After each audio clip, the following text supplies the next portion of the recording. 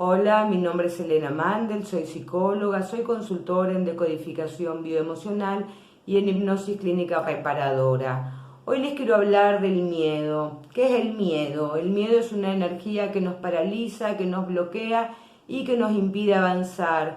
Es una emoción básica igual que la tristeza y la ira. El miedo es fundamentalmente, es previsor porque nos hace tomar en cuenta ciertas variables. El miedo en algunas situaciones es un miedo activante y en algunas situaciones es un miedo paralizante.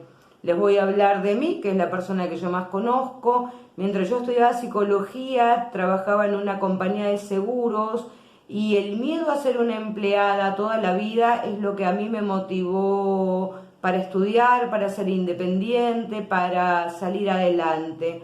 Posteriormente me recibo, me separo, ya tengo un hijo y este mismo miedo que me había motivado a ser independiente fue tapado por otro, que era el miedo a la carencia, al no tener dinero, al no poder cubrir mis necesidades básicas. Entonces me fui a buscar un trabajo en relación de dependencia que me permitiera cubrir holgadamente mis necesidades básicas. Así que a veces tenemos un mismo miedo que nos activa y que nos paraliza. ¿Qué es un miedo a ser previsor? Bueno, es el miedo que nos permite estar atenta a las señales de tránsito, a cruzar si el semáforo está en verde, a detenernos si el semáforo está en rojo, se indica que estamos en peligro. El miedo previsor es el miedo que antes de meter el auto en el garage nos permite que miremos el contexto, si hay un contexto de seguridad, si hay posibles depredadores o no, y entonces una vez que consideramos que está todo seguro, entonces nosotros podemos avanzar y estacionar el auto. De alguna manera podríamos decir, el que se quema con leche ve una vaca y llora, entonces nosotros tenemos en cuenta cuáles fueron las sensaciones de peligro que tuvimos en nuestro pasado y cómo poder hacer para enfrentarlos.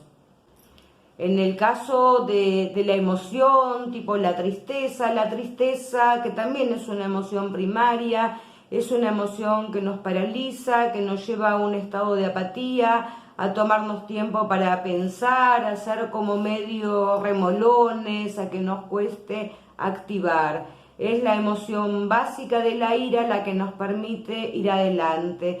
A veces las personas se sienten en situaciones de duelo y pueden quedar bloqueadas, ya sea en la tristeza o ya sea en la ira. Bueno, les comento que las personas que quedan como bloqueadas en la ira son mucho más insoportables para el entorno, son mucho más difíciles para los familiares y para convivir con ellos, pero son personas que desde este estado de furia pueden activar mucho más que una persona que queda clavada y anclada en un estado de angustia y de parálisis y de tristeza. Pensemos cómo era antes. En la época de las cavernas el entorno era colaborativo, las personas necesitaban ser cuidadas, había un único enemigo, el enemigo era el depredador, por lo tanto las personas tenían que colaborar, cooperar, ya sea para defenderse del enemigo, como para poder enfrentar el miedo a la carencia, el miedo a no tener, es decir, poder salir de cacería, poder salir juntos y poder aspirar a tener piezas mayores. En la medida en que uno tiene un entorno colaborativo, uno no debería estar expuesto a picos de estrés.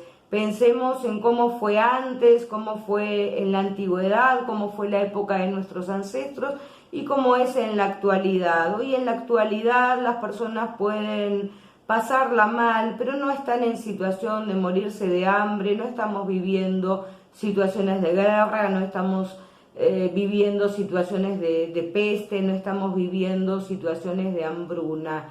Los shocks biológicos o situaciones de bioshock que han vivido nuestros ancestros han marcado picos de estrés, han marcado que estas personas han vivido situaciones inesperadas, repentinas, sin solución y sin capacidad de expresarlo. Puede tener que ver por situaciones de guerra, por hambrunas, por epidemias o bien por desastres naturales. terremotos, tsunamis, inundaciones, situaciones donde las personas han quedado expuestas y vulnerables. Estos picos de estrés que ellos han sufrido han dejado una química corporal, pero también una química cerebral. A nivel del cuerpo, en situaciones de máximo estrés, uno tiene sudoración, taquicardia, tiene miedo, se le puede cortar la respiración, puede tener insomnio, puede tener mucho sueño, puede tener distintas variables. Pero a nivel cerebral, nuestro cerebro tiene una química donde se dispara la hormona del estrés, se dispara el cortisol, que es la hormona del miedo, de la preocupación, del cómo van a ser. Entonces, nosotros tenemos miedos que pueden ser reales o imaginarios, que posteriormente a que ellos han dejado programas de miedo, a nosotros se nos pueden disparar.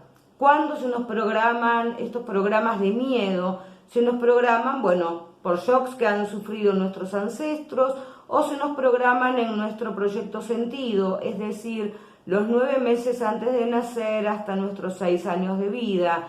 Esto quiere decir cualquier situación que nos haya generado inseguridad, mudanzas, muertes inesperadas, situaciones repentinas, pérdidas de trabajo, pérdida de la base segura. Lo que tenemos que mirar ante toda situación de miedo, de estrés, es cómo es el entorno, si el entorno es colaborativo o si el entorno nos está dejando absolutamente solos. Hay distintos tipos de miedos, hay miedos que tienen que ver con la valoración, tienen que ver con el miedo a equivocarme, con el miedo a qué van a pensar de mí, con el miedo a no dar en la talla, a no ser capaz, tal vez a creencias limitantes como soy torpe o soy tonta o no lo voy a lograr, no voy a poder ser capaz. A veces cuando estos miedos son tan paralizantes y uno ya tiene tan grabado que no voy a ser capaz, entonces uno ni siquiera lo intenta. ¿Qué nos sucede? Que tenemos un árbol donde nuestros ancestros tal vez han tenido dinero, han venido a vivir a otro país, han perdido su situación de estatus, han perdido su idioma, su situación de seguridad, han vivido en una situación de alerta, y esto, cuando uno está en alerta, imaginemos que vamos de vacaciones. Entonces nosotros hoy tenemos internet, tenemos el Google Drive, tenemos el traductor del Google, entonces nos vamos de vacaciones, tenemos que hablar en otro idioma, tenemos que trasladarnos, bueno, vamos al Google Map y el Google nos indica cuál es la combinación de colectivos que tenemos que hacer, o cuál es el camino de auto, por dónde hay que caminar, cuáles son las zonas que tenemos que evitar. Cuando uno va a buscar un hotel en periodo vacacional, se pone en algunas plataformas donde lee cómo son los lugares donde se quiere alojar, lee las opiniones de los viajeros que estuvieron alojados previamente, que si es una zona segura, que si hay demasiado ruido, que si la cama es cómoda, que si los que ofrecen el sitio verdaderamente están cumpliendo con aquello que ofrecen.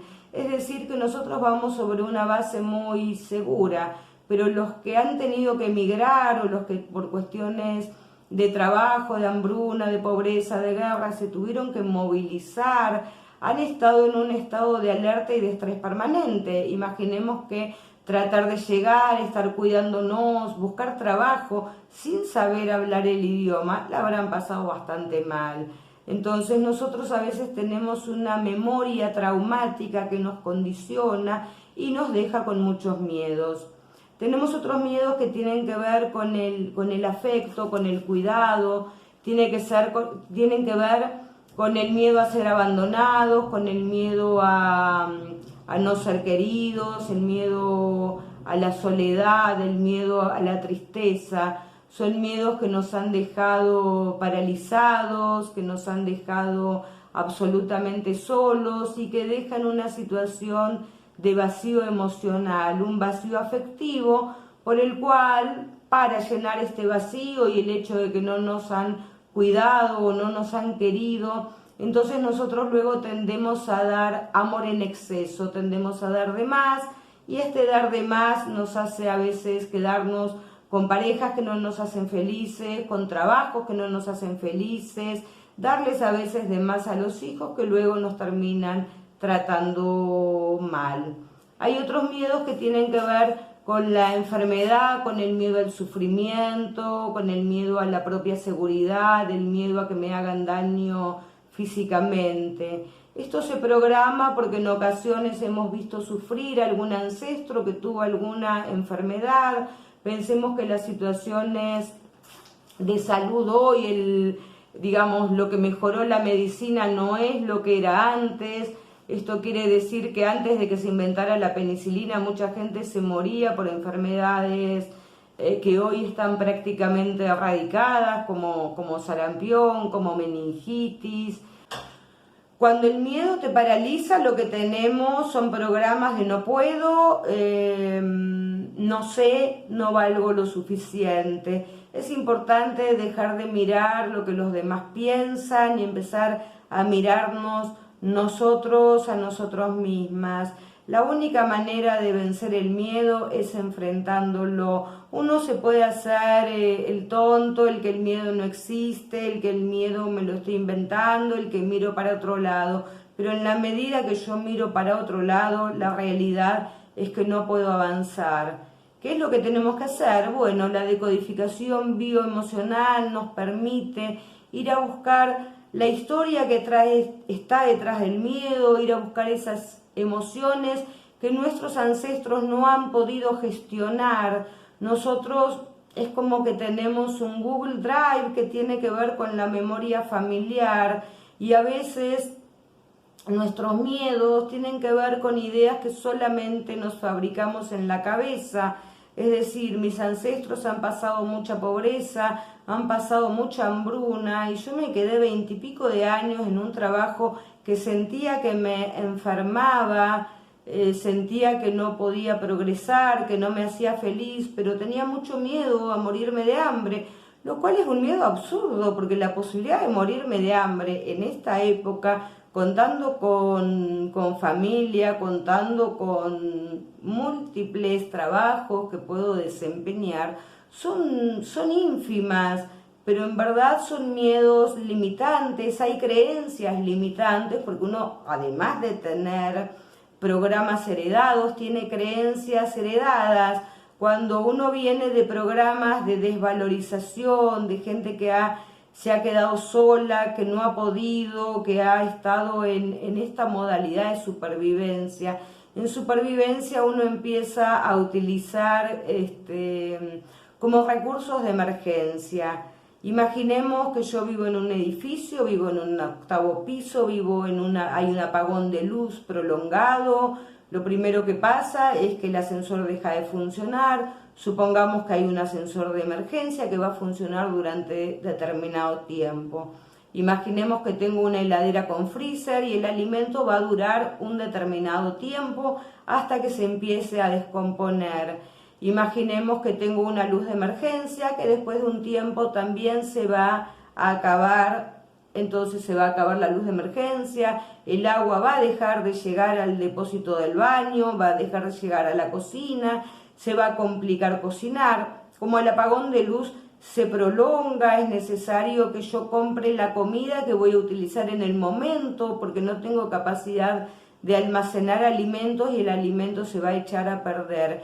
Esto quiere decir que voy a estar subiendo y bajando por escalera, que voy a tratar de no olvidarme nada, que voy a tener que pedir ayuda a distintas personas para ir a bañarme, para que me guarden la comida, para distintas cosas. Esto me puede generar ciertos trastornos porque, bueno, con mis amigos no me hablo, con los vecinos no me llevo bien, a la casa de mi familia no quiero ir.